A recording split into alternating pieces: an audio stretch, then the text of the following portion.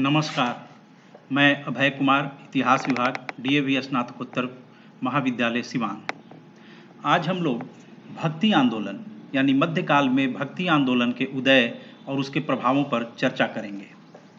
हम देखते हैं कि 10वीं शताब्दी से ही लगभग संतों के प्रयास से जो मध्य भारत में सामाजिक एवं धार्मिक जीवन में एक नवीन विचारों का उदय हुआ, उसने समाज को एक नवीन गतिशीलता प्रदान किया।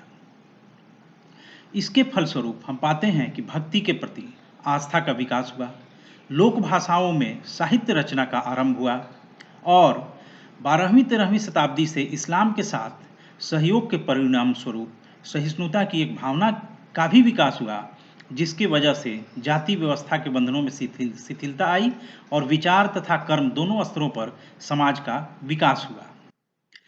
ऐतिहासिक दृष्टि से हम यदि भक्ति काल को देखें तो इसे हम दो भाग में बांट सकते हैं, खासकर प्रारंभिक मध्यकाल से लेकर के 13वीं शताब्दी तक और दूसरा 13वीं शताब्दी से 16वीं शताब्दी तक के समय को।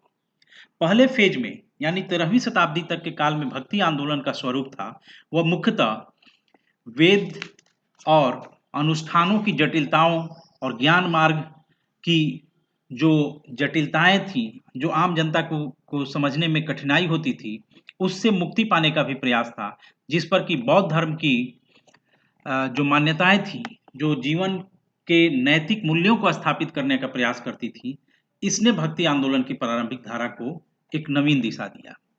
यद्यपि शंकराचार्य के उदय ने बौद्ध धर्म के पराभव का मार्ग भी प्रशस्त किया और अद्वैतवाद की धारा को स्थापित करने का प्रयास किया, परंतु ज्ञान मार्ग पर अत्यधिक जोर ने आम जनता में शंकराचार्य के विचारों को बहुत फैलाने में सहायता नहीं दी।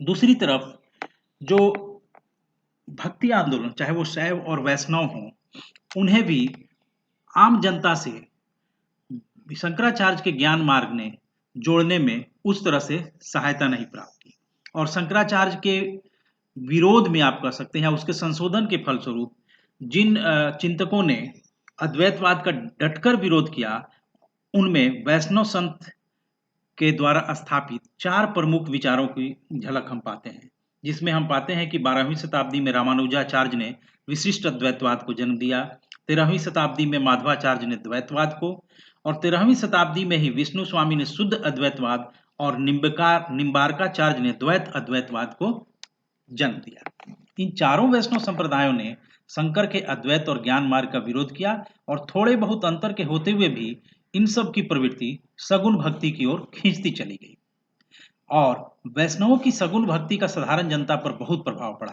भारत में हम ऐसे भी पाते हैं कि दर्शन सदैव ही धर्म के साथ चलता रहता है और धर्म जब गूढ़ होता है तो सामान्य लोगों की समझ से अक्सर बाहर होता है।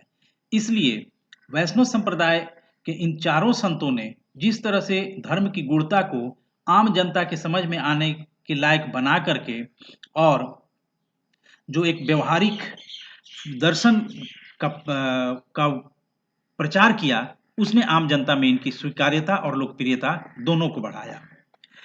दूसरे फेज में हम देखते हैं कि इस्लाम का और इस्लाम की दर्शन का, जिसमें सूफियों की परंपरा का भक्ति आंदोलन के साथ एक समन्वय, एक टकराव भी होता है, जिसने एक दूसरे को प्रभावित भी किया और एक दूसरे से प्रभावित भी किए। इस्लाम का सामाजिक धार्मिक मतवाद भारतीय सिद्धांत और चिंतन के संघर्ष को एक नए ढंग से देखने की दृष्टि देता है। 14वीं-15वीं शताब्दी में हम पाते हैं कि जन सामान्य की आस्था और भक्ति के भीतर से एक व्यापक आंदोलन उठ खड़ा हुआ, जो सिंध, गुजरात तथा महाराष्ट्र से लेकर बंगाल, असम और उड़ीसा तक फैल गया। भारतीय इतिहास और सांस्कृतिक जीवन में यही आंदोलन मुख्य तौर पर भक्ति आंदोलन के नाम से जाना जाता है। इस आंदोलन ने संतों के एक नए वर्ग को जन्म दिया, जिसमें कबीर सर्वाधिक महत्वपूर्ण हस्ताक्षर के तौर पर माने जाते हैं।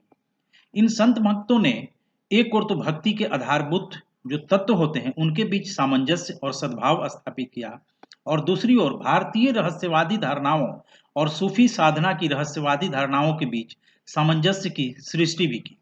इनमें रामानंद, नामदेव, कबीर, नानक, दादू, रविदास, तुलसीदास, चैतन्य महाप्रभु आदि प्रमुख हैं। इस संबंध में जो खास ध्यान देने योग्य बात है कि इन संतों की कोई एक जाति नहीं थी, वे समाज के विभिन्न वर्गों से आए थे और खास करके निर्गुण संतों की बात की जाए तो समाज के निम्न वर्ग से काफी बड़ी संख्या में उनका प्रादुर्भाव होता है और इसका यह परिणाम हुआ कि इन संतों और सूफियों के बीच जो मेलजोल बढ़ा, जनता के बीच में जातीय भेदभाव और धार्मिक भेदभाव की दीवार को भी ढहना पड़ा। इस तरह से मध्यकाल में भक्ति आंदोलन एक विराट जन आंदोलन के रूप में प्रकट हुआ। जिन दिनों भक्ति और सूफी आंदोलन का विकास हुआ, भारत का हिंदू समाज अनेक प्रकार की जातियों और संप्रदायों में विभक्त था।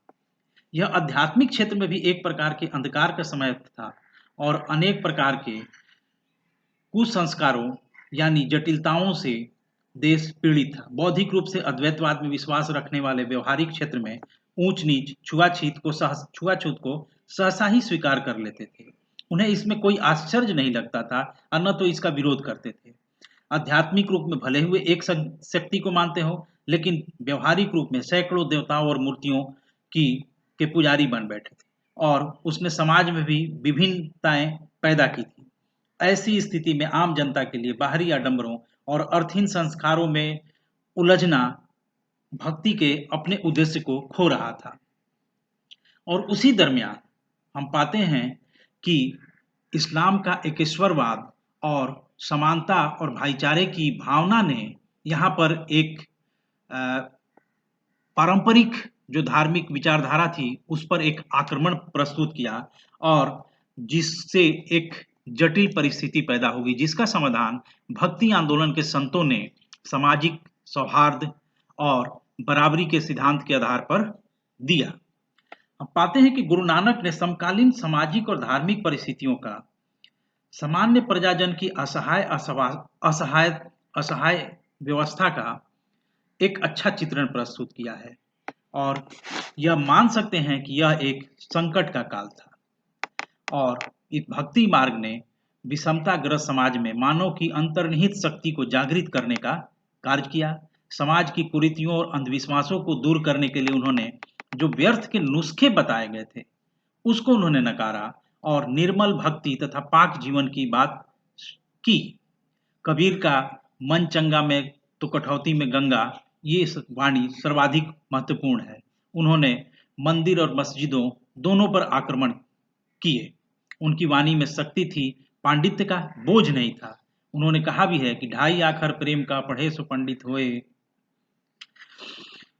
तो इस तरह से हम पाते हैं कि